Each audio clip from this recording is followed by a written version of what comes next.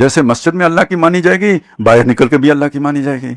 جیسے مسجد میں اللہ کی مانی جائے گی، کچہری میں بھی اللہ کی مانی جائے گی. جیسے باہر مسجد میں اللہ کی مانی جائے گی، پارلیمنٹ میں بھی اللہ کی مانی جائے گی. جیسے مسجد میں اللہ کے بتائے ہوئے طریقے پر نماز پڑھی جائے گی، ایسے زندگی کے ہر گوشے میں اللہ کے بتائے ہوئے طریقے پر چلا جائے گا. تو اب گویا دین اللہ کا غالب ہو گیا، یا اللہ غالب ہو گیا یا رسول غالب. اب ساری ایک ہی بات ہو گئی نا. یہ ہے اصل میں لِیُظْہِرَہُ عَلَى الدِّینِ کُلِّهِ وَلَوْ کَرِہَ الْمُشْرِکُونَ. خواہ یہ بات مشرکوں کو کتنی ہی ناپسند کیوں نہ ہو. اب دیکھیں مشرک کا ایک مذہبی تصور ہے، لیکن مشرک اصلاً بنتا کوئی کیوں ہے؟ بت کیوں بنائے جاتے ہیں؟ ان کی فلسفیانہ توجیہ اپنی جگہ پہ، لیکن یہ کہ ان کا کوئی اور بھی کام ہوتا ہے یا نہیں ہوتا؟ ہوتا ہے. ان بتوں کے ساتھ کسی کی سیاسی دکان بھی جڑی ہوتی ہے، کسی کی معاشی دکان بھی جڑی ہوئی ہوتی ہے. آخر ان بتوں کا کوئی مجاور ہوتا ہے. آپ نے ان بتوں کو حلوے دیے، مانڈے چڑھائے، پتہ نہیں کیا کیا صدقہ خیرات، بتوں کو جا کے ان کے بکرے پہنچائے، کالے بکرے چٹے بکرے سارے پہنچے. بت نے کیا کرنا ہے ان کا؟ بت کے کس کام کے؟ تو کوئی تو ہے جو بکرے کھا رہا ہے، کوئی تو ہے جو حلوے مانڈے مانج رہا ہے نا کہ نہیں ہے؟ وہ کون ہے؟ وہ مجاور ہے. ہم کو تو میسر نہیں مٹی کا دیا بھی، گھر پیر کا بجلی کے چراغوں سے روشن، یہ غریب کے چندے سے. شہری ہو دیہاتی ہو مسلمان ہاں سادہ، ماند بتاں پجتے ہیں یہ کعبے کے برہمن. تو نذرانہ نہیں یہ سود ہے پیران حرم کا. ہر خرقہ سالوس کے اندر ہے مہاجن بنیا بیٹھا ہوئے ہیں، ایک چوغا پہن کے سرسبز قسم کا، لگتا یہ ہے کہ بڑا متقی پرہیزگار آدمی ہے. یہ ریاکاری کا چوغا ہے، اس کے اندر ایک بنیا بیٹھا ہوا ہے. میراث میں آئی ہے انہیں مسند ارشاد، زاغوں کے تصرف میں عقابوں کے نشے من.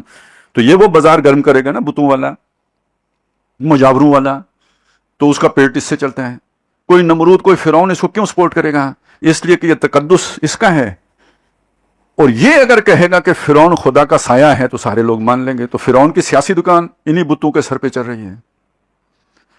لہذا یہ صرف مذہبی نہیں ہوتا بلکہ مفادات کا بھی پیچھے جو ہے نا وہ معاملہ چلتا ہے. اب جس آدمی کا کوئی مفاد نہیں، اسے جب آپ سمجھائیں گے تو وہ سمجھ جائے گا، وہ مان جائے گا. اگر سمجھ گیا ہے اس کے بعد مان بھی جائے گا، آپ کا ساتھی بھی بن جائے گا. جس کا مفاد ہے وہ سمجھنے کے بعد بھی نہیں چل سکے گا، کیونکہ اس کا تو مفاد ہے. وہ پہلے چپڑی کھاتا ہے، وہ روکھی پہ کیسے جائے گا؟ اس لیے فرمایا وَلَوْ كَرِهَ الْمُشْرِكُونَ. وہ جن کے مفادات ہیں خواہ ان کو یہ کتنا ہی ناپسند کیوں نہ ہو.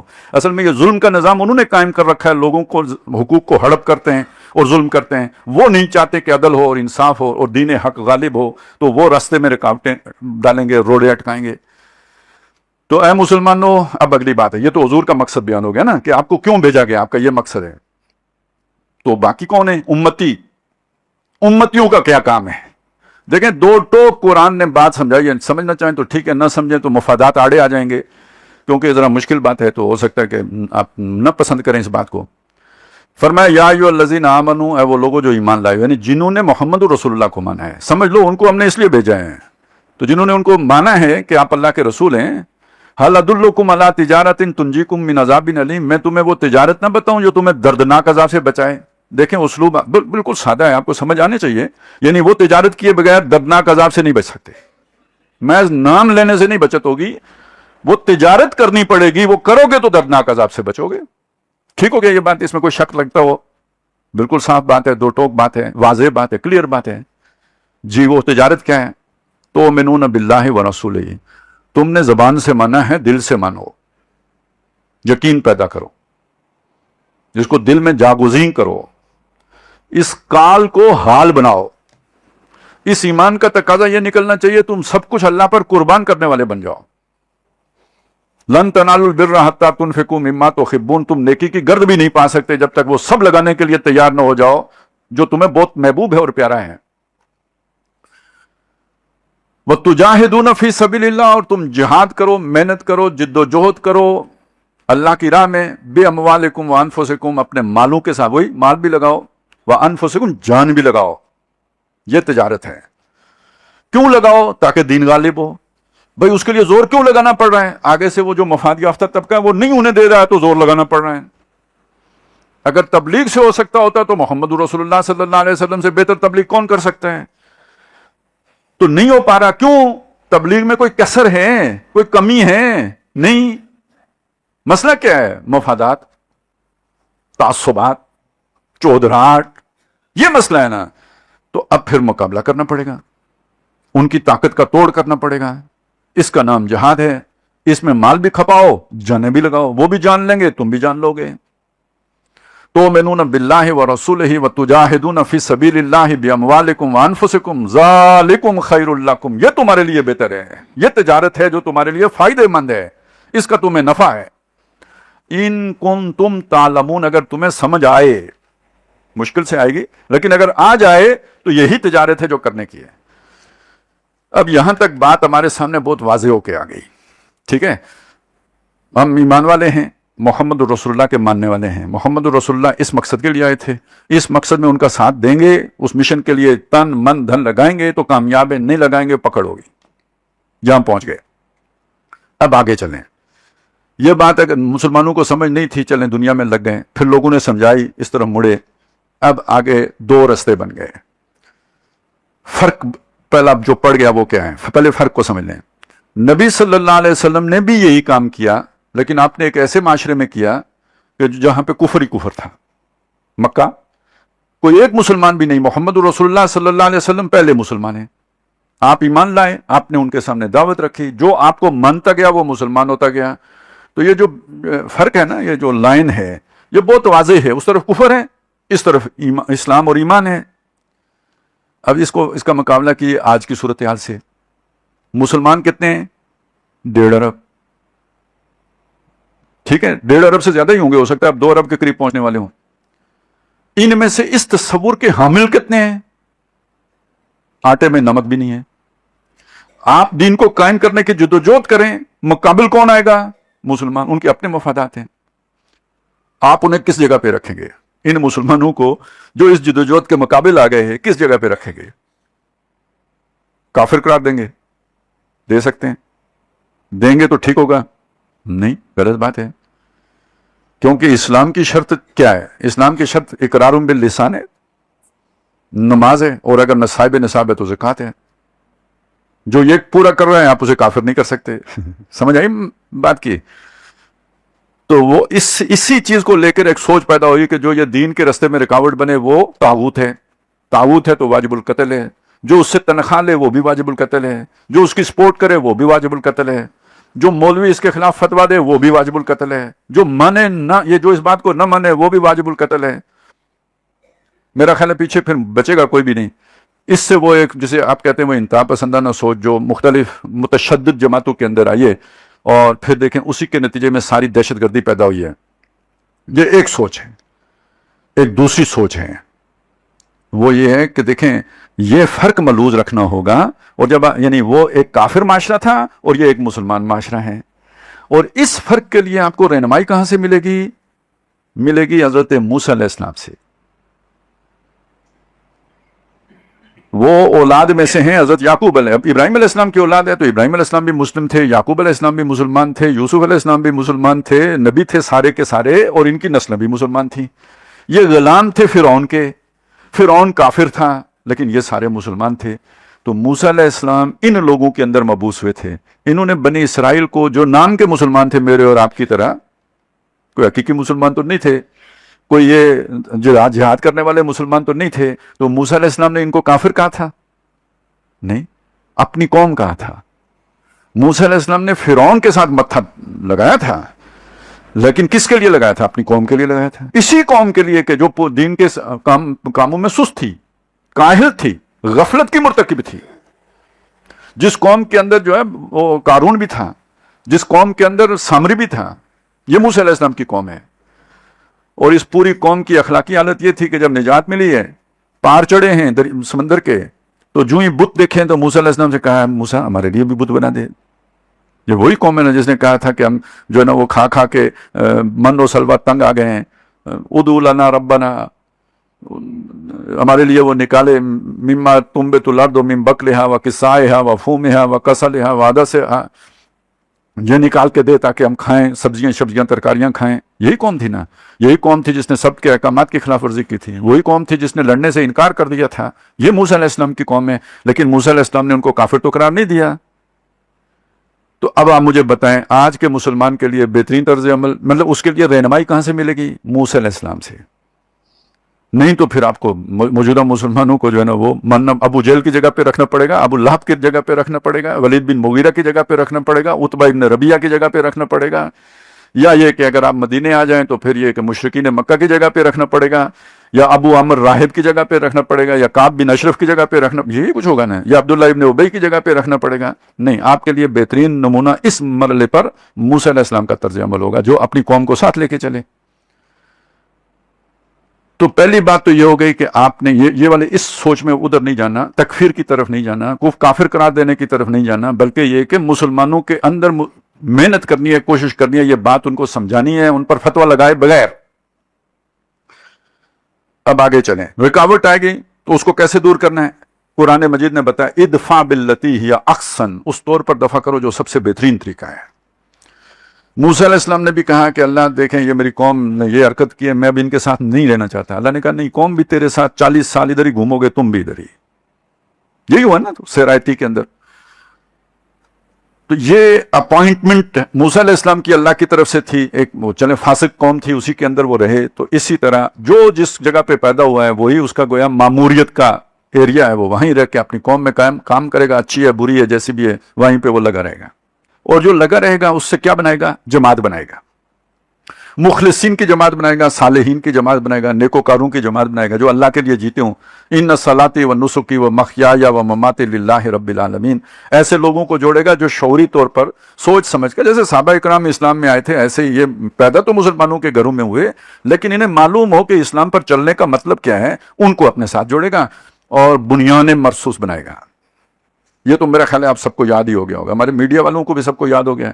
وہ پہلے کوئی کہتا تھا بنیان المرصوص، کوئی کہتا تھا البنیان المرصوص، پتہ نہیں کیا کیا نام رکھے ہیں۔ ہندوستان والے تو زیادہ ہی پرابلم میں تھے، اور انگریزی چینل جو تھے وہ اور مشکلات میں تھے، اور پھر اب آہستہ آہستہ آہستہ سب کو جو ہے نا پوری تجوید کے ساتھ یاد ہو گیا، بنیان مرصوص۔ ٹھیک ہے، اب سب کو صحیح صحیح پتہ لگ گیا، تو آپ کو بھی پتہ لگ گیا ہوگا، کیونکہ ہمارے اس آپریشن کا نام بنیان مرصوص تھا جو ہم نے مودی کے خلاف کیا۔ تو یہ بنیان مرصوص اسی سورہ صف کی جو ہے نا آیت ہے، ان اللہ یحب الذین یقاتلون فی سبیلہ صفا کانہم بنیان مرصوص۔ تو وہ بنیان مرصوص ان لوگوں کی بنے گی۔ اس کو یوں سمجھ لیں کہ جیسے آپ پکی دیوار بناتے ہیں نا، تو ہر اینٹ پکی ہوگی تو دیوار پکی بنے گی نا، اینٹیں کچی ہوں تو، اور بیچ میں کوئی کچی اینٹ ہو تو رکھنا پیدا ہو جائے گا، نقب لگ جائے گی۔ تو ہر اینٹ اپنی جگہ پہ پکی ہونی چاہیے، اور ہر اینٹ مضبوط جڑی ہوئی ہونی چاہیے، تب بنیان مرصوص بنے گی۔ تو پکا ہونے کا مطلب یہ ہر آدمی پکا جو ہے نا اللہ کے ساتھ توکل میں پکا ہو، اللہ سے امید رکھنے میں پکا ہو، صبر میں پکا ہو، مصابرت میں پکا ہو۔ جب یہ ہے نا تو خاک میں مل اور آگ میں جل، جب خشت بنے تب کام چلے، ان خام دلوں کے عنصر پر بنیاد نہ رکھ، تعمیر نہ کر۔ یہ پکے لوگ، اور یہ پکے لوگ آپس میں مضبوط جڑے ہوئے ہوں تو بندوں کو کیسے جوڑا جائے گا؟ اینٹوں کو تو آپ سیمنٹ سے جوڑتے ہیں، یا پہلے وقتوں میں وہ سرخی چونا ہوتا تھا اس سے جوڑتے تھے، اب کیسے جوڑیں گے؟ انسانوں کو کیسے جوڑیں گے؟ تو انسانوں کو جوڑنے کے لیے نظریہ، آئیڈیل، محبوب، تو توحید کا لفظ ذہن میں لے کے آئیں۔ وہ لوگ جو اللہ کی محبت سے سرشار ہیں وہ آپس میں بھی بہت گہری محبت کرتے ہیں۔ یؤثرون علی انفسہم ولو بہم خصاصہ، خود اگر مجبور بھی ہوں، ضرورت مند بھی ہوں، اپنے بھائی کو اپنے اوپر ترجیح دیتے ہیں۔ اس سے وہ محبت پیدا ہوتی ہے جو ان کے اندر مضبوط جوڑتی ہے۔ وَكُنْتُمْ عَلَى شَفَا حُفْرَةٍ مِّنَ النَّارِ فَأَنْقَذَكُم مِّنْهَا، جو آتا ہے نا کہ تم آپس میں لڑ کے مرنے کے قریب ہو گئے تھے، اللہ کی نعمت فَأَصْبَحْتُم بِنِعْمَتِهِ إِخْوَانًا، اللہ کی اس نعمت کے توفیل آپس میں بھائی بن گئے۔ یہ توحید بھائی بناتی ہے۔ توحید کا لفظ بنا یہ وحدت سے ہے، تو یہ وحدت جو ہے نا جوڑ پیدا کر دیتی ہے انسانوں کے درمیان۔ موحدین جو ہیں آپس میں جڑ جاتے ہیں، یہ توڑ پیدا نہیں کرتی۔ تو بنیان و مرصوص بننے کے لیے عقیدے کی اصلاح ضروری ہو گئی، ٹھیک ہو گیا نا، عمل کی اصلاح ضروری ہو گئی۔ لہذا یہ پکے لوگ درکار ہیں جو مل کر ایک پکی دیوار بن جائیں، اس کے بغیر جو ہے نا وہ کام نہیں ہو سکتا۔ اب آپ نے خواہ تشدد کا راستہ اختیار کرنا ہے یا امن کا راستہ اختیار کرنا ہے، یہ پہلا کام کرنا تو بہت ضروری ہے۔ اور اگر آپ نے یہ پہلا کام کیے بغیر، یعنی جماعت بنائے بغیر، بنیان مرصوص بنے بغیر قدم اٹھا دیا، تو آپ نے وہ بات سنی ہوئی ہوگی، وہ جو ایک گیدڑ نے شیر کے اوپر حملہ کیا تھا، کچیاں آنکھیاں مروایا ہی نا، پتہ ہے آپ کو؟ وہ شیر کے شکار کا گیدڑ نے سنا، اس نے لومڑی سے مشورہ کیا کہ یہ شیر اتنا جپٹ تک ایسے کیسے شکار کر لیتا ہے؟ تو لومڑی نے کوئی اس کے سامنے پوری میتھڈالوجی بیان کی کہ وہ کیسے ہوتا ہے، کہ شیر ہوتا ہے، پھر وہ جب دیکھتا ہے شکار کو تو اس کی آنکھیں سرخ ہوتی ہیں، پھر وہ چکر کھاتا ہے، پھر وہ دم لہراتا ہے، پھر یہ ایسا کچھ کر کر کے میں نے شیر کی پھر وہ اینٹتا ہے اور پھر اس کے بعد جپٹتا ہے اور شکار کرتے ہیں۔ گیدڑ نے کہا اوکے بس سمجھ آ گئی، یہ طریقہ ٹھیک ہے، یہ منہج بالکل ٹھیک ہے، تو میں بھی اسی منہج پر عمل کر کے شیر کو شکار کروں گا۔ لومڑی نے کہا ٹھیک ہے۔ اب شیر کہیں سویا ہوا تھا، گیدڑ نے اس کے گرد چکر لگانے شروع کر دیے، 4-5 چکر لگا کے اس نے لومڑی سے پوچھا میری آنکھیں سرخ ہوئی ہیں؟ اس نے کہا نہیں۔ کئی چکر لگ گئے، ہو سکتا ہے کوئی اس کو کوئی سوٹا شوٹا بھی لگوایا، آنکھیں نہیں سرخ ہوئیں۔ آخر لومڑی نے تنگ آ کے نا جھوٹ موٹ کا کہہ دیا کہ سرخ ہو گئی ہیں۔ اس نے اب اس پہ دم لہرائی اور جھپٹا شیر کے اوپر، اور شیر اس کی جو بھی حصیات تھیں وہ پہلے وہ جیسے ہوتا ہے نا پری ایمپٹیو، جیسے وہ US 400 ہوتا ہے، تو ان کی جبلتیں بہت اسٹرانگ ہوتی ہیں۔ تو شیر کی جو ہے نا قبل از وقت آنکھ کھلی، اس نے دیکھا کہ ایک گیدڑ جو ہے نا وہ میری طرف آ رہا ہے، میزائل بڑھ رہا ہے میری طرف، اس نے پیٹریاٹ چلایا اور گیدڑ وہ پڑا ہوا ہے، لوٹ پوٹ ہو گیا مٹی میں۔ تو اٹھ کے لومڑی کو کہتے ہیں کچیاں آنکھیں مروا دیتا یہ، ٹھیک ہے؟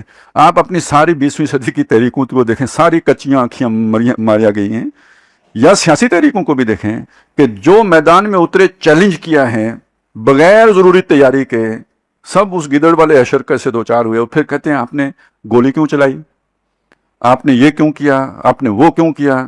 نہیں تو کیا ہم آپ کو پھول پہ انہوں نے کیا کرنا ہوتا ہے، وہ یہی کرنا ہوتا ہے۔ جب آپ یہ والے شیر کے اوپر حملہ کرو گے تو شیر نے تو جھانپڑی مارنا ہوتا ہے آگے سے، پہلے آنکھیں تو پکا لو بھائی۔ تو کچیاں آنکھیاں اگر آپ شیر کے اوپر حملہ کریں گے تو شیر نے تو آپ کو ایک تھپڑی سے جناب سیدھا کر کے رکھ دینا۔ یہ سیدھی سیدھی بات۔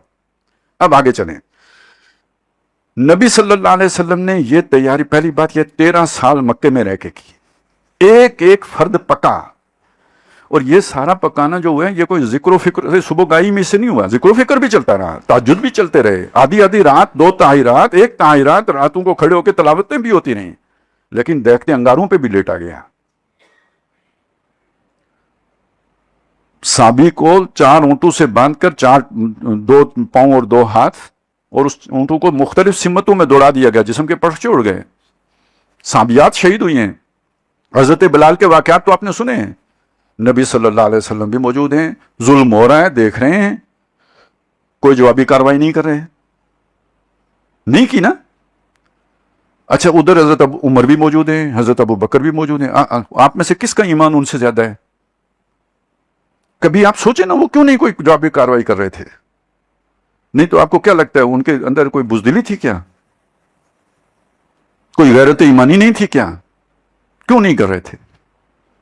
بڑے بڑے جلیل القدر لوگ موجود تھے جنہوں نے بعد میں بہت داد شجاعت جو ہے نا وہ دیے، لیکن اس موقع پہ ابھی کوئی بھی کچھ نہیں کر رہا۔ جناب یہ محمد الرسول اللہ صلی اللہ علیہ وسلم کا حکم تھا کہ کچھ نہیں کرنا ہے، یہ بعد میں قرآن مجید نے سورہ نساء میں بیان کیا ہے، الم تر الی الذین قیل لهم کفوا ایدیکم، آپ نے دیکھا نہیں ان لوگوں سے کہا گیا تھا ہاتھ باندھ کر رکھو؟ یہ ہاتھ باندھ کر رکھنے کا کیوں کہا گیا تھا؟ وہ کچے تھے؟ کوئی فرد کچا نہیں تھا، تھوڑے تھے، سمجھ رہے نا؟ اینٹ مطلب آپ نے مستری بلا لیا، 500 اینٹیں چاہیے تھیں، آپ کے پاس ابھی 50 اینٹیں ہیں، وہ دیہڑی خراب کریں گے یا نہیں خراب کریں گے؟ تو ٹھیک ہے وہ 50 اینٹیں تو بہت مضبوط ہیں، لیکن اس سے دیوار نہیں بن سکتی تھی، لہٰذا نبی صلی اللہ علیہ وسلم نے فرمایا ابھی مستری نہیں بلانا، ٹھیک ہے نا، ابھی آنکھیں سرخ نہیں ہوئی ہیں، ابھی اپنے آپ کو روک کے رکھو اور ہاتھ باندھ کے رکھو، جو ظلم ہو جھیلو اور برداشت کرو، ساتھیوں کے پرخچے اڑ جائے مڑ کے نہیں دیکھو، انگاروں پہ لٹایا جائے اٹھ کے کوئی جو ہے نا ریٹیلیٹ نہ کرو۔ یہ ہے 13 مکی سال، order of the day, know retaliation, کوئی جوابی کاروائی نہیں کرنی، اور ہر طرح کا تشدد آپ پر بھی آپ کے ساتھیوں پر بھی روا رکھا گیا ہے، لیکن جوابی کاروائی نہیں کی گئی۔ اور یہ جو حضور صلی اللہ علیہ وسلم کا حکم تھا یہ اللہ کا حکم تھا۔ سورہ حج میں اللہ تعالیٰ فرماتے ہیں اُذِنَ لِلَّذِينَ يُقَاتَلُونَ بِأَنَّهُمْ ظُلِمُوا، اب اجازت دے دی گئی ہے ان لوگوں کو جن پر ظلم کیا گیا ہے۔ کس بات کی اجازت؟ جنگ کرنے کی اجازت۔ تو گویا اس سے پہلے اللہ کی طرف سے اجازت نہیں تھی. تو جب اللہ کہتے ہیں اجازت دے دی گئی تو اس کا مطلب ہے اب اینٹیں پوری ہو گئی ہیں, اب بنیادیں مرصوص بن سکتی ہے, اب آنکھیں سرخ ہو گئی ہیں. لیکن نبی صلی اللہ علیہ وسلم نے اس کے بعد بھی 2 سال لیے ہیں مزید آنکھیں پکی کرنے کے لیے. مزید جو ہے نا, چونکہ اصل میں یہ تو ایک پارٹی تھی جو مکے میں تھے, لیکن ایک دوسرا پورا گروپ جو تھا وہ مدینے میں تھا. اب وہاں سے ہجرت ہوئی ہے, آپ صلی اللہ علیہ وسلم مدینہ تشریف لائے ہیں. ان دونوں کا بھی تو جوڑ کرنا ہے نا. یہ اور مٹی کی اینٹیں ہیں, یہ اور مٹی کی اینٹیں ہیں, ان کے مزاج میں فرق ہے, اب ان کا بھی جوڑ کرنا ہے. اور جوڑ حضور نے کیسا کیا, مواخات قائم کر دی, بھائی بھائی بن گئے. ایک جو ہے نا وہ مہاجر اور ایک انصاری آپس میں بھائی کا رشتہ قائم کر دیا. یہ والی مواخات جب قائم ہوگی, اور ایک اور کام کیا, جس مدینے کے اندر آپ رہتے تھے وہاں پہ غیر جو ہے نا کافر لوگ بھی رہتے تھے, اہل کتاب یہود, ان سے بھی معاہدے کیے. وہ یہودی ہی تھے, مسلمان نہیں ہو گئے تھے, لیکن ان سے معاہدہ کیا کہ اگر مدینے کے اوپر حملہ ہوگا تو ہم مل کر دفاع کریں گے. جب یہ سب کچھ ہو گیا, اب گویا آنکھیں پوری طرح پکی ہو گئی, پختہ ہو گئیں, بنیادیں مرصوص بن گئی, اور ایک مکمل جو ہے نا جو سارا دفاعی حکمت عملی مرتب ہو گئی. اب آپ نے وہ انیشیٹو لیا ہے, تب بدر کا واقعہ پیش آیا ہے. یہ وہ تیاری ہے جو نبی صلی اللہ علیہ وسلم نے, دیکھیں کل کتنے برس لگے, 23. یہی آپ کی رسالت کا دور ہے جو جب آپ خود دنیا میں موجود رہے ہیں, اور ان میں سے 15 برس اس کام میں لگ گئے, جماعت بنانے میں اور جماعت سازی میں. اب لوگ آج اس کی اہمیت ہی محسوس نہیں کرتے ہیں. ایک آدمی کو جوش چڑھتا ہے, اٹھ کے تقریر کرتا ہے, کوئی مہدی ہونے کا دعویٰ کر دیتا ہے, کوئی مسلح ہونے کا دعویٰ کر دیتا ہے, اکیلا مار کھا کے بدپار ہو جاتے ہیں, یا اس کے ساتھ 10 فالوور ہوتے ہیں, ان کو بھی مروا کے خود بھی مر کے اللہ شہید ہو کے, پتہ شہید تو ہو جاتا ہوگا, لیکن یہ کہ کام تو دنیا میں تو کوئی نتیجہ نہیں نکلتا. 2-4 دوسرے خام مروا لیے, کسی اور کے بچے مروا لیے ساتھ, اور یہ پتہ ہونا چاہیے پہلے ہی سے کہ نتیجہ نہیں نکلنا. تو یہ خام مروانا بھی تو آخر کوئی ذمہ داری بنتی ہے نا, اللہ کے ہاں کوئی جواب دہی تو ہونی ہے نا اس کی. تو ایک بات یہ سمجھ میں آ گئی کہ تیاری سے پہلے کام کرنا, کچیاں آنکھیاں, یہ در حقیقت بہت نادانی کی بات ہے. پہلے وہ جماعت اگر نہیں بنتی, 10 نسلوں میں نہیں بنتی, تو وہی بناتے رہیں, اور آپ کی یہ محنت وہ جہادی میں لکھی جائے گی, کیونکہ جہاد کے تقاضے پورے کرنے کی جدوجہد کرنا بھی گویا جہاد کرنے کے مترادف ہے.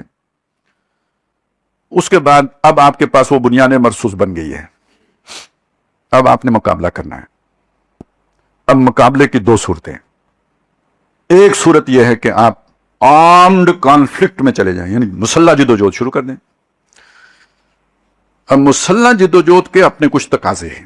سب سے پہلا تقاضا یہ ہے, جب آپ مسلح جدوجہد کریں گے ایک مسلح طاقت کے مقابلے میں, تو نبی صلی اللہ علیہ وسلم نے بھی جب مسلح جدوجہد شروع کی تھی تو جس بستی کے خلاف شروع کی تھی, پہلے اس بستی سے خود نکلے تھے یا نہیں نکلے تھے؟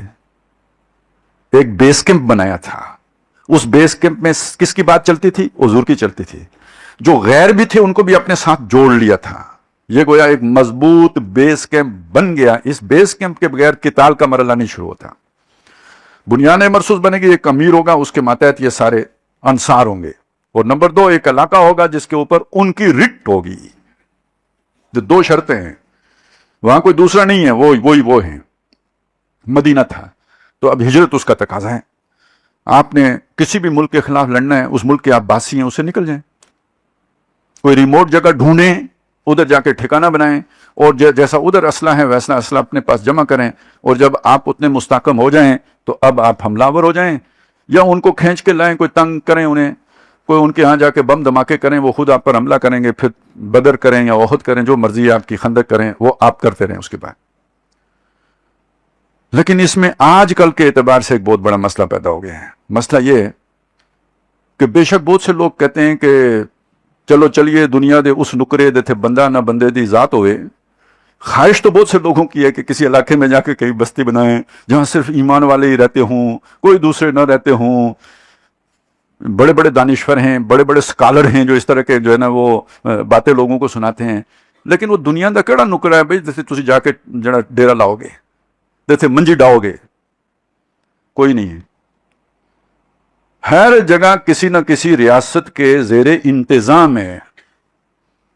آپ کسی پہاڑ پہ جاؤ, اس پہاڑ کا پٹواری علیحدہ سے موجود ہوگا, جس کے پاس پورا رجسٹر ہوگا، کھاتے ہوں گے، وہ جریب سارا کچھ اس کے پاس ہوگا، معلوم ہوگا اس پہاڑ کا کوئی 1 انچ بھی نہیں ہے جو کسی ریاست کی حدود سے باہر ہو، اور اس ریاست کے اندر اگر آپ کو اس طرح کی جو ہے نا وہ گیدرنگ کریں گے تو صاف مطلب ہے ریاست کے اندر ریاست، تو کوئی ریاست اپنے اندر کسی دوسری ریاست کو برداشت نہیں کرتی، اور نپ دا ایول ان دا بڈ کے اصول پر عمل کرتی ہے کہ اس سے پہلے کہ وہ کومپل پھوٹے اس کا کلا کما کر دو. تو گویا مسلح تصادم کی طرف جانے کے لیے جو پہلا ہی قدم ہے، اسی قدم کے اوپر آپ کا قصہ تمام کر دیا جائے گا.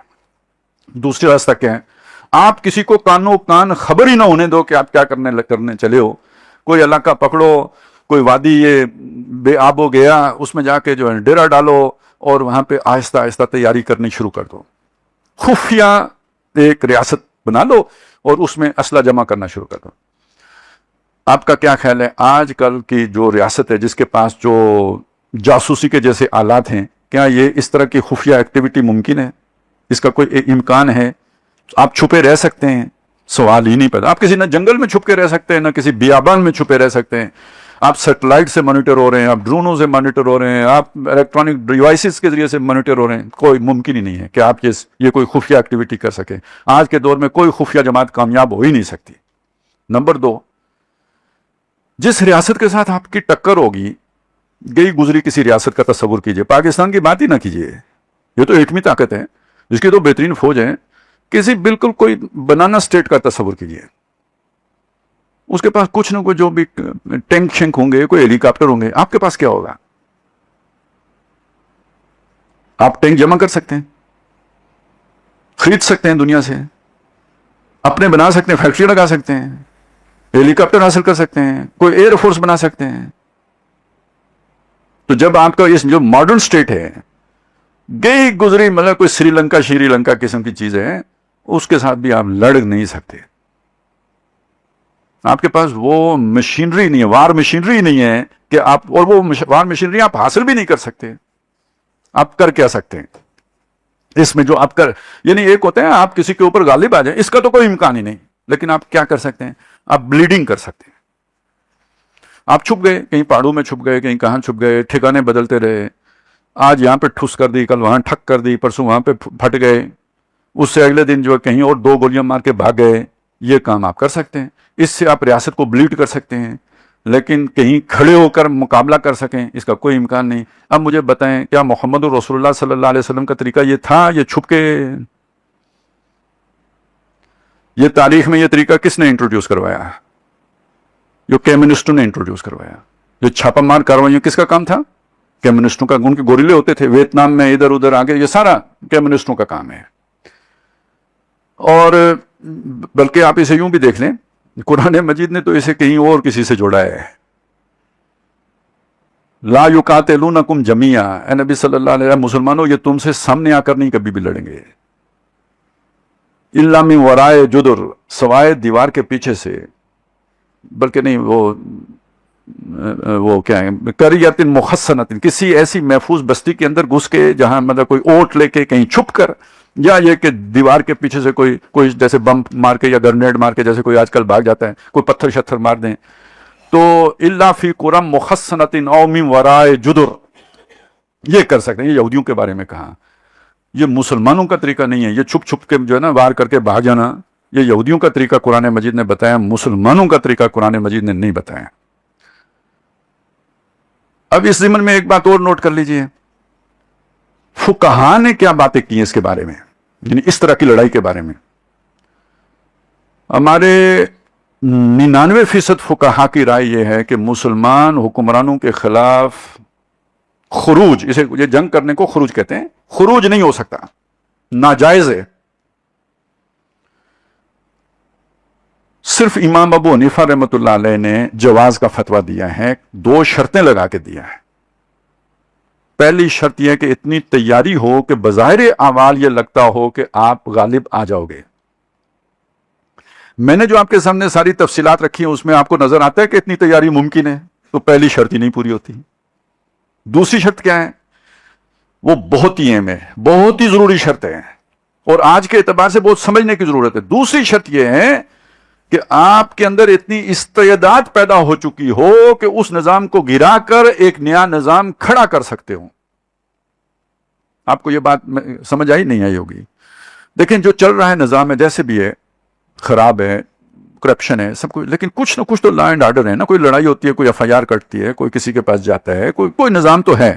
کوئی ٹریفک کا نظام ہے، کوئی جو ہے نا فیول ملتا ہے، سب چیزیں ملتی ہیں. ایک امن و امان کسی نہ کسی درجے میں ہے. یہ نظام موجود ہے، آپ نے اس کو گرا دیا.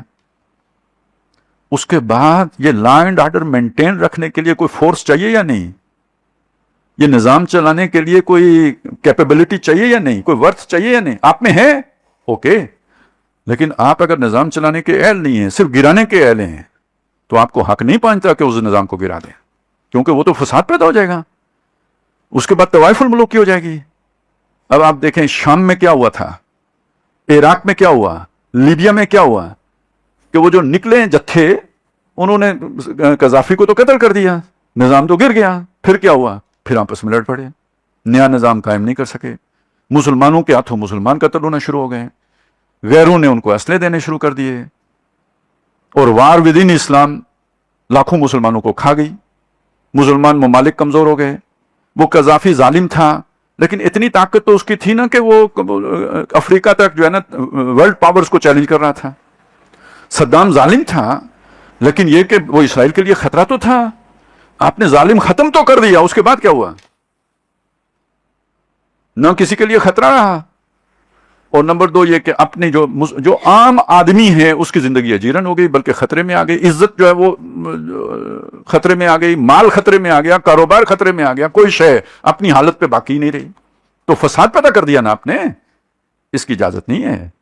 یا بے شک آپ اصلاح کا اور نیت آپ کی کتنی صاف ہو اور جذبہ خلوص کا آپ کے اندر کتنا ہو، لیکن آپ یہ کام کر کے اللہ کے ہاں فسادی شمار ہوں گے.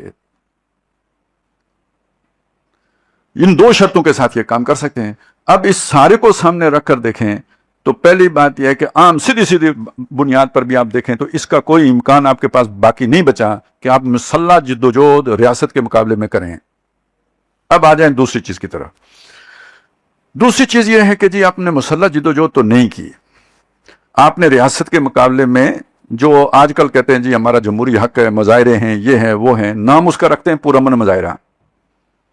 اس کے بعد کرتے یہ کام ہے کہ جدھر سے گزرتے ہیں درختوں کو آگ لگا دی، جدھر سے گزرے بینک کو آگ لگا دی، جدھر سے گزرے پولیس والوں کو پتھر مار دیے، جدھر جو ہاتھ چڑھ گیا اس کی وردی پھاڑ دی، کسی کو پکڑ کے لے گئے اس کی مونچھیں کاٹ دی، پتہ نہیں کیا جو کچھ بھی ہوتا ہے، کسی کی بازو توڑ دی ہے، کسی کا کیا کر دیا. پرامن مظاہرہ جا رہے ہیں.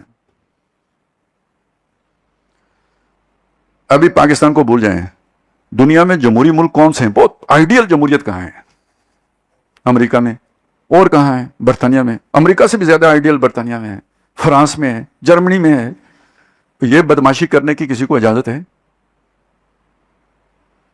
نہیں. فرانس میں آپ روڈ بند کر کے بیٹھ جائیں، حکومت کہے گی ان کا جمہوری حق ہے لوگوں کا رستہ بند کرنا. ایسا ہی ہے. برطانیہ میں بیٹھ جائیں اس طرح، پولیس والوں کے ساتھ یہ حرکت کریں، پھر رات کو گھر آئیں گے آپ. تو یہ وہ تشدد ہے، یہ جو تشدد کی دوسری نوعیت ہے جسے لوگ نہیں سمجھتے. وہ سمجھتے ہیں جی یہ تو ہمارا حق تھا، ہم نکلے تھے، پولیس والوں کو گویا مارنا ہمارا جمہوری حق ہے. یہ بھی پرتشدد کارروائی ہے. یہ آگ لگانا بھی پرتشدد کارروائی ہے. یہ پتھراؤ کرنا بھی پرتشدد کارروائی ہے. ہماری ریاست تو بہت سارے اعتبارات سے فیلڈ سٹیٹ ہے، ناکام ریاست ہے. لفظ اچھا نہیں ہے لیکن چلیں میں سمجھانے کے لیے مجبوراً کہنا پڑ رہا ہے. ویسے تو وہ کہتے ہیں ہارڈ سٹیٹ ہے، لیکن یہ خصی سٹیٹ ہے. کسی ریاست کے اندر ان چیزوں کی اجازت نہیں ہوتی جو ہمارے ملک میں ہوتا ہے، اور پھر اسے اسی لیے تو اور لوگوں کے دماغ خراب ہوتے ہیں. اس کی کوئی مہذب ریاست اس کی اجازت نہیں دیتی. اس لا قانونیت کی اجازت نہیں دیتی آپ رستے بند کر دیں.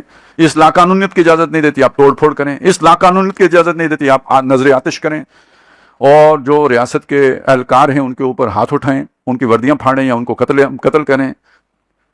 اور اگر آپ یہ کر دیں تو اس کے بعد آپ کا وہ جو حق ہے نا، وہ نہ صرف یہ ختم ہو جاتا ہے، بلکہ وہ لیڈرشپ جو آپ کو سڑک کے اوپر لے کے آئی ہے جواب دہ وہ ہوگی ریاست کے سامنے. کیونکہ یہ فسادی تو کسی کو پتھر مار کے بھاگ جائے گا، اس کو سڑک پہ لایا کون ہے؟ اس کو یہ موقع کس نے فراہم کیا ہے؟ اس کو یہ شیلٹر کس نے دیا ہے؟ اس کے لیے یہ سارا جو ہے نا سہولت کاری کس نے کی ہے؟ وہ لیڈر جس کو ہم جانتے ہیں. اس نامعلوم کو تو نہیں جانتے. نامعلوم افراد پتھر مار کر بھاگ گئے یا نظر آتش کر کے بھاگ گئے. یہ موقع اس لیڈرشپ نے فراہم کیا ہے. وہ لیڈرشپ ذمہ دار ہوگی, وہ اس کا تاوان بھریں گے جو نقصان ہوا ہے, اور وہ بھگتیں گے جو غلطیاں کی گئی ہیں. یہ ہے جمہوری حق. اب جمہوریت سے ایمانی میں اگر آپ بات کریں, پرامن رہنے کا مطلب یہ ہے کہ آپ نے قانون کی خلاف ورزی نہیں کرنی ہے, آپ نے راستے بلاک نہیں کرنے ہیں, آپ نے اپنا مظاہرہ کرنا ہے, اپنا ایجیٹیشن اس کا آپ نے بتانا ہے ہم ناراض ہیں. وہ فٹ پاتھ پہ چل کے بھی آپ بتا سکتے ہیں, وہ لمبا مارچ کر کے بھی آپ بتا سکتے ہیں, وہ آپ کتبے اٹھا کے اور بینر دکھا کر بھی آپ بتا سکتے ہیں, وہ کسی جو ہے نا ایسی جگہ پہ پارک میں بھی آپ مظاہرہ کر کے بتا سکتے ہیں. لیکن سڑکیں بند کرنے کی تو آپ کو اجازت نہیں ملے گی. جلسہ کریں, جلوس نکالیں, یہ سب آپ کا حق ہے, لیکن پرتشدد کارروائی کرنا آپ کا حق نہیں ہے. اور اگر آپ کریں گے, اب آپ بتائیں, آپ طاقتور ہیں یا ریاست طاقتور ہے؟ یہ صرف ہمارے ہاں یہ جہالت ہوتی ہے کہ یہ کیا ہے جی, یہ ریڈ زون ہے, اس میں داخلہ منع ہے. لیکن جب ہم مظاہرہ کریں گے تو ہم اس میں داخل ہوں گے. یہ ریڈ زون بس سدرۃ المنتہا سے آگے کی جگہ ہوتی ہے, جس سے آگے جبریل علیہ السلام بھی نہیں جاتے. تو مظاہرین اگر آگے جائیں گے تو گولی کھائیں گے. ریڈ زون کا تو مطلب ہی ہے کہ یہ لکیر ہے, اس سے آگے نہیں آنا ہے. پھر آپ گلہ نہیں کر سکتے کہ ہمارے ساتھ کیا ہوا ہے. آپ نے قدم یہ کیسی جگہ پہ رکھ لیا ہے جس کے بعد پھر یہی ہونا ہے. تشدد میں اتریں تو ریاست آپ سے بڑھ کر تشدد کر سکتی ہے. تو کہنے کا مقصد یہ تھا کہ اس کو اگر آپ پرتشدد کریں گے, پہلی بات ہم نے سمجھ لی, اسلحے کا استعمال کریں گے مقابلے میں نہیں, اور اگر تشدد پہ اتر آئیں گے تو بھی آپ ریاست کا مقابلہ نہیں کر سکتے, بلکہ وہ جو تھوڑا بہت آپ کا حق ہے وہ اس حق سے بھی محروم ہو جائیں گے. تشدد کے راستے ہو گئے بند. تو اب اس کے بعد آپ کے پاس پیچھے رہ گیا پرامن طریقہ. پرامن طریقوں میں سے پہلا طریقہ ہے چپ کر کے رائے عامہ بنائیں, دعوت, تبلیغ, ذہن سازی, لوگوں کو سمجھائیں, رائے عامہ بنائیں, لوگوں کے ذہن بنائیں, اور جب 5 سال کے بعد الیکشن ہو ووٹ لیں, آ جائیں, آپ اقتدار جو ہے نا آپ کو ملے گا, اور آپ آئیڈیلی بات کر رہا ہوں, آپ اپنی مرضی کا نظام قائم کر دیں. یہ وہ چیز تھی جو ہمارے ہاں بعض مذہبی جماعتوں نے سوچی تھی, لیکن ہوا کیا, نہیں کام چلا. پرامن راستہ تھا, بہت ہی پرامن تھا, لیکن کام نہیں چلا. کام کیوں نہیں چلا؟ کہا یہ جاتا ہے کہ دھاندلی ہو جاتی ہے, بہت ساری اور باتیں, لیکن کچھ بنیادی باتیں وہاں بھی نہیں پوری کی گئی. یہ رائے عامہ بنانے کے لیے جو محنت کرنی پڑتی ہے وہی کچیاں آنکھیاں والا کام یہاں بھی کیا گیا ہے. جس درجے میں ذہن سازی کی جاتی ہے لوگوں کی, آخر ووٹیں سب سے لینی ہے تو سب کو اسلام پڑھانا پڑے گا نا, سب کے سامنے اقامت دین کی اہمیت اجاگر کرنی پڑے گی نا. وہ کام اگر آپ نے کیا ہی نہیں, دعوت کا, تبلیغ کا, اور نعروں کا نہیں, جذباتی باتوں کا نہیں, محض نفرت کا سودا بیچنے کا نہیں, مثبت طور پر قرآن مجید لوگوں کے ذہنوں میں نہیں اتارا, عوام الناس کے ذہنوں میں نہیں اتارا, تو ان کے ذہن نہیں بدلیں گے. ذہن نہیں بدلیں گے تو آپ کو ووٹ کیسے دیں گے؟ تو آپ نے تو وہ پہلا تقاضا بھی پورا نہیں کیا. لیکن میں یہ عرض کروں کہ اگر وہ پہلا تقاضا پورا ہو بھی جائے تو یہ نظام اس طرح ڈیزائن کیا گیا ہے کہ آپ الیکشن, آپ کا جیتنا بہت مشکل ہے. دھاندلی کے بغیر بھی جیتنا بہت مشکل ہے. یعنی دوسری طرف سے دھاندلی نہ بھی ہو تب بھی جیتنا بہت مشکل ہے. اس لیے کہ یہ آپ نے سنا ہے الیکٹیبلز بھی ہوتے ہیں. یہ الیکٹیبلز کیا بلا ہوتی ہے؟ یہ وہ لوگ ہوتے ہیں جنہیں ہر حال میں الیکٹ ہونا ہوتا ہے. کیوں؟ ان کا جو حلقہ انتخاب ہوتا ہے نا, وہ یوں سمجھے ان کے مزارے ہوتے ہیں, ان کے غلام ہوتے ہیں, ان کی قوم کے لوگ ہوتے ہیں. انہوں نے باہر ووٹ دینا ہی نہیں ہوتا. موسیٰ علیہ السلام بھی آ جائیں گے, ان کو نہیں دیں گے. انہوں نے تو اپنے سردار کو ووٹ دینا ہوتا ہے, اپنے نواب کو, اپنے وڈیرے کو, اس کو ووٹ دینا ہوتا ہے. وہ ہار سکتا ہی نہیں. یہ الیکٹیبل ہوتے ہیں. یہ 20-25 ہوتے ہیں جتنے بھی ہوتے ہیں پورے ملک میں, جن کا جیتنے کے تقریباً 80-90% امکانات ہوتے ہیں, اور ان کو اوپر سے اشارہ ہوتا ہے. تو یہ جس پارٹی میں جائیں تو آپ کو الیکشن سے پہلے پتہ لگ جاتا ہے کہ اس سال حکومت اس پارٹی کے بننے کا امکان ہے. یہ وہ مردے بادنما ہیں کہ کیا, جن کو دیکھ کر آپ ہوا کے رخ کا اندازہ لگا سکتے ہیں کہ شاطر کا پروگرام کیا ہے. پہلی بات تو یہ ہو گئی. دوسری بات یہ کہ فرض کریں آپ جیت گئے, بالفرض محال یا احتمال یہ کسی وجہ سے آپ جیت گئے, کوئی کیلکولیشن میں غلطی ہو گئی, اوور ویلمنگ جو ہے نا لوگوں کی رائے بدل گئی, آپ جیت گئے. تو اب میں آپ کو بتاؤں سب سے پہلے کیا ہوتا ہے. یہ ہے قومی اسمبلی, اس کے اوپر کیا ہے, سینٹ. آپ نے کوئی قانون بنانا ہے تو پہلے قومی اسمبلی سے پاس کریں گے یا سینٹ سے, یعنی دونوں ایوانوں سے پاس ہونا لازمی ہے. آپ کی اکثریت کہاں کی بنی؟ قومی اسمبلی کی. سینٹ میں ابھی پرانا نظام ہے، سینٹ میں ابھی پرانا نظام ہے. تو اب کیا ہوگا؟ یہاں سے آپ نے قانون پاس کر دیا، سینٹ میں جا کے رک جائے گا. وہ حکیم لوگ کہتے ہیں آنتوں میں جو ہے نا وہ خشکی ہو گئی ہے. جب آنتوں میں خشکی ہو جائے تو وہ جو ہے نا مواد پاس نہیں ہوتا، یہ بل پاس نہیں ہوگا، یہ ادھر رک جائے گا، آگے نہیں بڑھے گا، بل کو قبض ہو جائے گی. یہ تقریباً 2 سال کے بعد سینٹ کے یعنی وہ جو پچھلے چلے آ رہے ہیں ان میں سے آدھوں کا ٹینیور پورا ہوگا، 50% کا ان کا انتخاب ہوگا. تو 2 سال تک عوام میں آپ ماشاءاللہ بدنام ہو چکے ہوں گے. یہ وہ مولوی ہیں جنہوں نے اسلام کے نام پر ووٹ لیا تھا اور ان 2 سال ہو گئے انہوں نے کخ نہیں کیا. لوگوں کو کیا پتا بھائی کیا قانونی پیچیدگیاں ہیں. اوپر سے آپ بھی ماشاءاللہ اتنے سیانے ہیں کہ کبھی پیٹرول مہنگا کر دیا، کبھی آٹا مہنگا کر دیا، لوگوں کو بھی ناراض کر لیا. 2 سال کافی ہوتے ہیں. تو ادھر آپ کے جو سینٹ میں جو ہے نا نصف میں سے چلیں آپ پتہ نہیں 80% جیتیں گے، تو ذرا سی آپ کی سینٹ کے اندر کوئی جو ہے نا آواز بنی ہے، ادھر سے آپ کے 3 سال پورے ہو گئے ہیں. تو پاکستان میں آپ نے دیکھا نہیں اکثر 3 سال کے بعد وزیر اعظم صاحب کی چھٹی ہو جاتی ہے. سمجھ آئیے کیا چکر ہوتے ہیں. پھر نئے الیکشن ہوتے ہیں، پھر نئی پارٹی آ جاتی ہے اور اس کی سینٹ میں کچھ نہیں ہوتا. جب تک اس کا سینٹ میں کچھ بنتا ہے تو تب تک ایک بریک یہ ہے، ایک وال یہ ہے جو آپ کو روک لیتا ہے. لیکن بالفرض کوئی بہت ہی بڑا حادثہ ہوگا، کوئی 80% کو 90% ووٹ بالکل کلین سویپ آپ کر گئے، تو پھر یہ ہوتا ہے کہ جی کوئی مارشل لا لگ جاتا ہے. یہ میں کوئی کہانی نہیں سنا رہا. الجزائر میں 86% ووٹ لے کے ایک اسلامی فرنٹ نام کی پارٹی تھی، وہ جیت گئی تھی. اس کو اقتدار منتقل نہیں کیا گیا تھا، وہ چیف صاحب آ گئے تھے. اور جمہوریت کے اس قتل کے اوپر نہ اقوام متحدہ کے پیٹ میں مرول اٹھتا ہے، نہ ہی جو ہے نا کسی امریکہ کی جو ہے نا کوئی کولنج ہوتا ہے، نہ برطانیہ کو کوئی تکلیف پہنچتی ہے، کسی کی نکسر بھی نہیں پھوٹتی ہے اس سارے عمل کے نتیجے میں. یہ تو بالکل جائز وہاں پہ وہ جو مارشل لا لگا ہے، کیونکہ اسلامک فنڈامنٹلزم آنے کا خطرہ تھا جمہوریت کے راستے سے. تو پہلے تو آنا. اچھا پاکستان جیسے ملک میں اس کا ایک اور اعتبار سے بھی امکان نہیں ہے، وہ بھی سمجھ لیں. وہ کیا ہے؟ یہاں پہ فرقہ واریت ہے. یہ جماعت اسلامی ہے. آدھے دیوبندیوں کے نزدیک تو شاید مولانا مودودی کافر ہی ہوں گے. بریلویوں کے نزدیک مسئلہ یہ بنتا ہے، وہ ڈاکٹر صاحب ایک واقعہ سناتے ہیں، بالکل سچا واقعہ، ایک بہت بڑے عالم دین کا واقعہ کراچی کے، کہ 1970 میں امکان پیدا ہو گیا کہ جماعت اسلامی جیت جائے گی، تو ہر طرف جو ہے نا وہ آگ لگ گئی. تو وہ مولوی صاحب نے وہاں پہ تقریر کی کراچی میں علاقے کا نام نہیں لے رہا، کوئی پہنچ ہی نہ جائے. انہوں نے کہا لوگوں سے جمعے کا دن ہے، لوگوں درود شریف پڑھو. درود شریف پڑھا جیسے ہوتا ہے، پھر پڑھو. پھر پڑھا. کوئی 6-7 مرتبہ انہوں نے یہ بات دہرائی. غیر معمولی بات ہو گئی. عام طور پہ مولوی صاحب ایک ہی دفعہ کہتے ہیں، انہوں نے 6-7 دفعہ کہا بھائی درود شریف پڑھو. پھر انہوں نے روتے ہوئے آنسو گراتے ہوئے کہا پڑھ لو درود شریف. اگر جماعت اسلامی الیکشن جیت گئی تو درود پر پابندی لگا دے گی. جب یہ صورتحال ہو، ٹھیک ہے، جو مخالفت کی، تو ووٹ اور مشکل ہو جاتا ہے لینا یا نہیں مشکل ہو جاتا ہے. لیکن یہی نہیں ہوتا، ایک اور بھی ہوتا ہے. وہ یہ ہوتا ہے کہ ایک میرا اسلام ہے، آپ نے کہا یہ وابی اسلام ہے، ہم عاشقی اسلام لے کر آئیں گے. تو ایک عاشقی جو ہے نا وہ نمائندہ بھی کھڑا ہو جاتا ہے، ایک وابی نمائندہ کھڑا ہو جاتا ہے، ایک جو ہے معتدل نمائندہ کھڑا ہو جاتا ہے، ایک حقانی نمائندہ کھڑا ہو جاتا ہے. یہ سارے اسلام کے نام پر ووٹ مانگ رہے ہوتے ہیں. ٹھیک ہے نا، یہ سب اسلام کے. تو اسلام پسندوں کے ووٹ ہو گئے تقسیم. تو جیتے گا کون؟ جو اکیلا کھڑا ہوگا.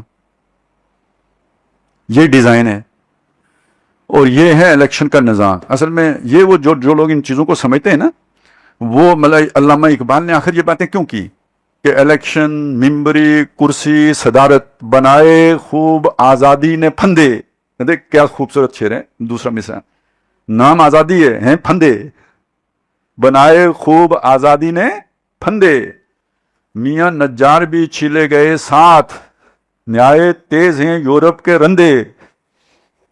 اٹھا کے پھینک دو باہر گلی میں، نئی تہذیب کے یہ انڈے ہیں گندے. اور الیکشن کے بارے میں ایک اور بڑا شاندار شعر ہے. وہ کیا ہے؟ وہ شعر ہے جی، 2 شعر ہیں، پورے نظام کو سمجھا دیتے ہیں. 2 شعر.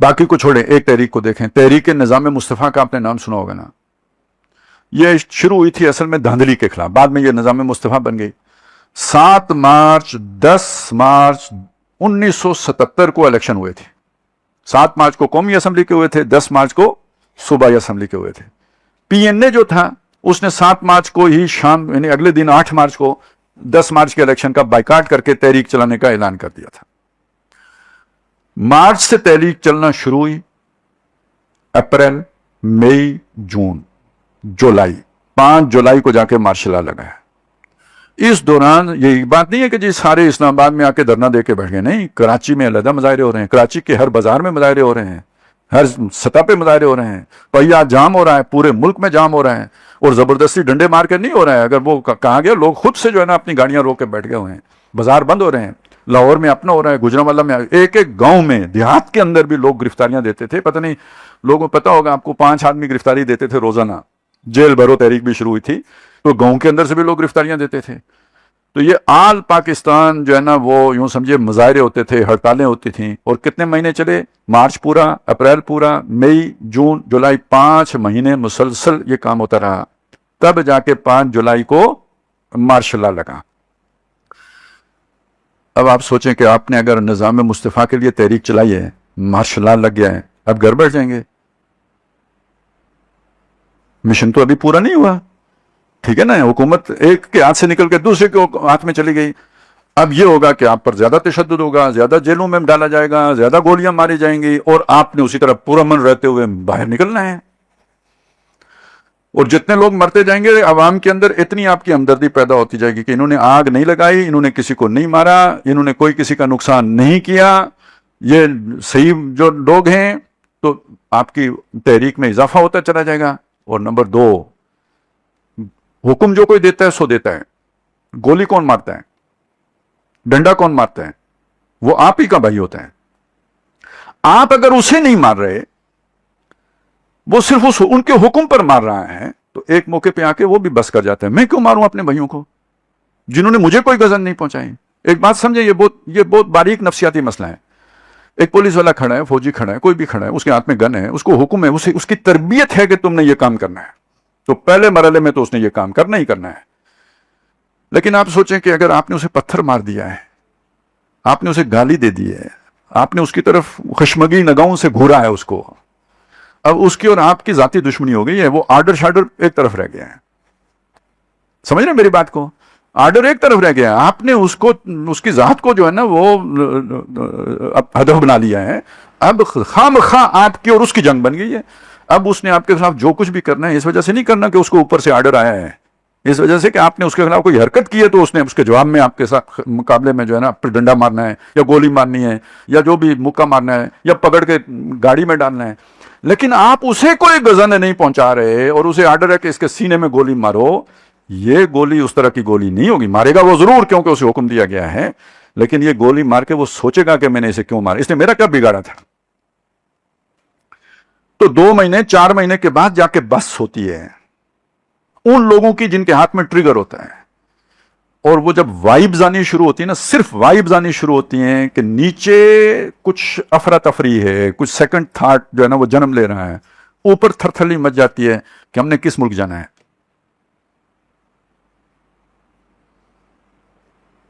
سمجھ رہے نا؟ جان دولت رکھی ہوئی ہے، بھاگو وہاں پہ، اسی دن کے لیے وہاں رکھی ہوئی تھی. یہ کوئی جسے کہتے ہیں مفروضہ نہیں ہے. ایرانیوں نے اسی چیز پہ عمل کیا تھا. 70,000 ایرانی اسی طرح مرا تھا. ایسی عورتیں مری تھیں جنہوں نے چھوٹے بچے گودوں میں اٹھائے ہوئے تھے، ان کو سیدھی گولیاں ماری گئی تھی. شاہ ایران کی جو قیادت تھی، تو بالآخر شاہ ایران کو بھاگنا پڑا جب فوج نے انکار کر دیا ہم اپنے لوگوں پر مزید گولی نہیں چلائیں گے. یہ ضیاء الحق نے بھی مارشل لا اسی لیے لگایا تھا. لاہور میں 2 بریگیڈیئر مکر گئے تھے کہ ہم نے اب مزید گولی نہیں چلانی. حالانکہ یہاں تشدد بھی ہوتا تھا، لیکن پھر بھی وہ 2 مکر گئے کہ ہم نے مزید اپنے لوگوں کے اوپر گولیاں نہیں چلانی. تو پھر مارشل لا لگ گیا اور یہ بی این اے کی قیادت بیٹھ گئی. اگر نہ بیٹھتی تو بات آگے چل سکتی تھی، لیکن چونکہ یہ بھی بنیادیں مرصوص نہیں تھے. اب یہ دیکھیں، اب یہاں سمجھ لیں یہ کیا تھے. اس میں مولانا مودودی بھی تھے، یعنی جماعت اسلامی. مودودی صاحب تو خود لا تعلق ہو چکے، جماعت اسلامی موجود تھی. اس میں جمعیت علماء اسلام بھی تھی، اس میں جمعیت علماء پاکستان بھی تھی، یعنی بریلوی دیوبندی دونوں تھے. جو ان کے آپس میں حساب کتاب ہے اسے ذہن میں رکھیں. اس پلیٹ فارم پہ دونوں ایک تھے. دونوں جماعت اسلامی کے بارے میں جو نقطہ نظر رکھتے ہیں اس کو بھی ذہن میں رکھیں, لیکن یہاں پہ ایک تھے. مگر اس کے اوپر اور بھی بہت کچھ تھا. اس پلیٹ فارم میں پر اصغر خان بھی تھے جو کسی دین وین کو مطلب اس کا کوئی ان کے یہاں ذکر ہی نہیں تھا. اور پتہ ہے کون تھا؟ ANP بھی تھی. اس میں ولی خان قید تھے. ANP کی قیادت بیگم نسیم ولی خان صاحبہ کے ہاتھ میں تھی, مرحومہ. مسجد کے ممبر پہ بیٹھ کے وہ بھی خطاب کرتی تھی کیونکہ نظام مصطفیٰ کی تحریک تھی. تو جب بھٹو کا حکم تختہ الٹ گیا, ضیاء اللہ کہا گیا, تو انہوں نے کیا نظام مصطفیٰ, اصغر خان ادھر جا رہے ہیں, وہ ANP ادھر جا رہی ہے, یہ سارے تتر بتر ہو گئے. تو اب کس نے تحریک چلانی تھی؟ اب سمجھے بنیاد مرصوص کیوں ضروری ہوتی ہے؟ ایک لوگوں کو کنٹرول میں رکھنے کے لیے, دوسرا اس جہاز کو منزل مراد تک پہنچانے کے لیے. اگر یہاں سم و اطاعت کا نظام ہوتا تو اس کو کوئی آگے لے کے چلتا, اور یہاں سم و اطاعت جب اتنے مختلف الخیال لوگ ہوں تو اس کی کوئی گنجائش ہی نہیں رہتی کہ وہ سم و اطاعت کا نظام وہاں پہ چل سکے. لہذا بنیاد مرصوص منتشر المرصوص ہو جاتی ہے, بکھر جاتی ہے. کوئی پتہ یہاں گرتا ہے, کوئی وہاں گرتا ہے, پھر اب تحریک آگے نہیں چل پاتی. تو یہ ایک واحد قابل عمل رستہ آپ کے پاس باقی بچتا ہے, پرامن, غیر متشدد عوامی تحریک, کہ جس کے نتیجے میں آپ اپنا مطالبہ منوا سکتے ہیں ایک مسلمان معاشرے کے اندر اور ایک جدید ریاست کے اندر. اور اس میں دیکھیں میں نے مطالبہ منوانے کی بات کی ہے. وہ بھی مسلمان ہیں, آپ بھی مسلمان ہیں, بھئی یہ کام کرو, ہم اس لیے آئے ہیں. اور اس کی مثال پاکستان میں ایک تو یہ میں نے دی ہے, کچھ اور مثالیں, کامیابی کی مثالیں بھی ہیں. مثلا پوری دنیا میں آپ دیکھیں پاکستان کا آئین ہے کہ جس کے اندر یہ دفعہ موجود ہے کہ یہاں کوئی قانون قرآن و سنت کے خلاف نہیں بن سکتا. 1949 میں یہ آئین کا حصہ بنایا گیا اسے, یہ قرارداد جو پاس ہوئی ہے 1949 میں. اس وقت جماعت اسلامی کا کوئی رکن جو ہے نا وہ اسمبلی کا حصہ نہیں تھا. جمعیت علماء اسلام جو بعد میں بنی, اس کے شبیر احمد عثمانی صاحب اس کا مسلم لیگ کے ٹکٹ پہ 46 والے الیکشن میں جیتے ہوئے تھے, وہی اس اسمبلی کا حصہ تھے. تو اب آپ سوچیں کہ یہ کس بنیاد پہ, لوگ تو نہیں, وہ اسمبلی والے نہیں چاہتے تھے, یہ عوامی دباؤ تھا, تحریک تھی, لاکھوں خطوط تھے جو اسپیکر کو لکھے گئے تھے اور لوگ سڑکوں پہ آئے تھے, جس کے بعد حکومت نے مجبور ہو کے یہ تحریک پاس کی تھی, یہ قرارداد پاس کی تھی. دوسرا دیکھیں قادیانیوں کو کافر قرار دینا کتنا مشکل کام تھا, یہ کوئی چھوٹا سا کام تو نہیں تھا. دنیا برداشت نہیں کرتی, ابھی تک نہیں کرتی, بہت دباؤ ہے پاکستان کے اوپر کہ یہ جو ہے نا یہ شک نکالیں آئین کے اندر سے.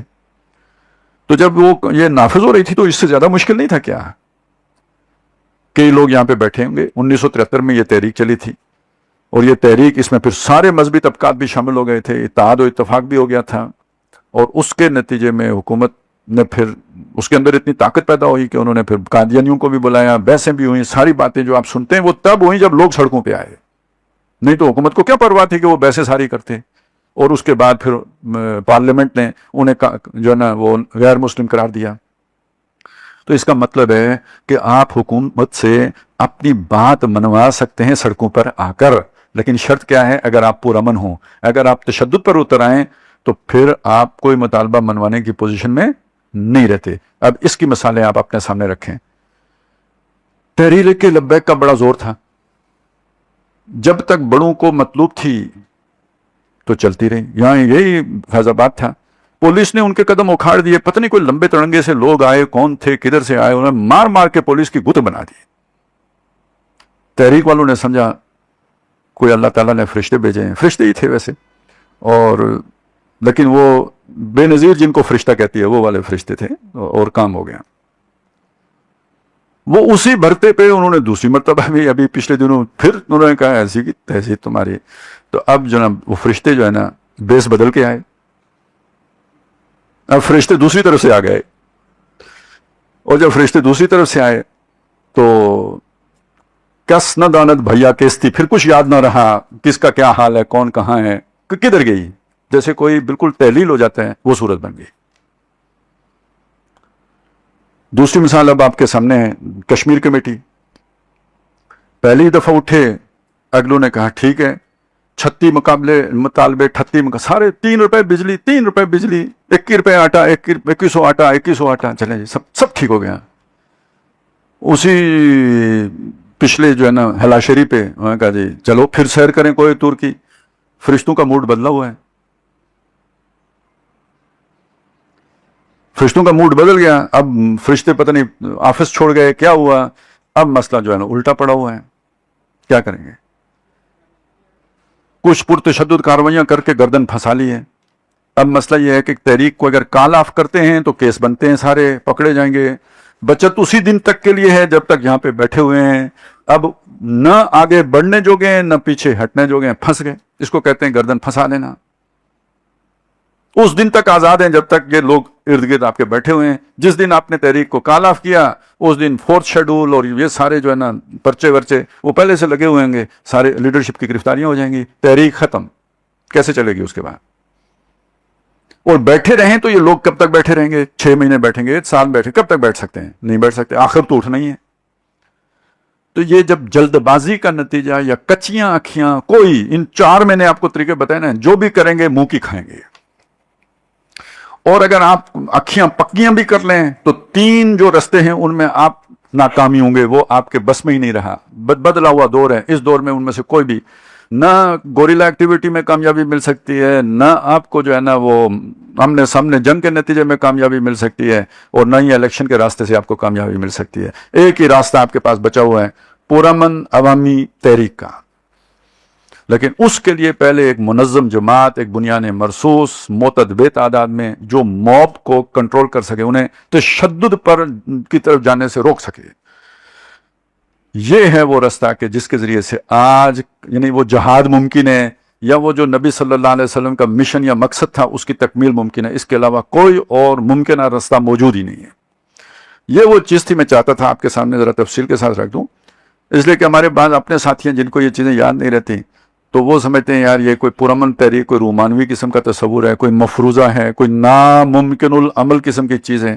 ایسی بات نہیں ہے. دنیا میں لوگوں نے, نیلسن منڈیلا کا نام آتا ہے, اس نے ایک تحریک چلا کر آزادی حاصل کی ہے, افریقہ کو آزاد کرایا ہے. پرامن جد و جہد, اسے پوری دنیا لیڈر کے طور پر مانتی ہے, اس لیے کہ اس نے پرامن یہی رستہ جو میں آپ کے سامنے رکھ رہا ہوں, اس جیلوں میں بھی رہا ہے, اس کی زندگی آدھی سے زیادہ تو جیل میں گزری ہے. اسی طرح ہندوستان کے اندر گاندھی کا نام پوری دنیا میں اس کا نام جو ہے نا ایک لیڈر کے طور پر مانا جاتا ہے, اس لیے کہ اس نے یہ عدم تشدد کا فلسفہ, دنیا یہ کہتی ہے کہ گاندھی نے دیا ہے, لیکن گاندھی نے خود مانا ہے کہ میں نے محمد الرسول اللہ سے لیا ہے صلی اللہ علیہ وسلم.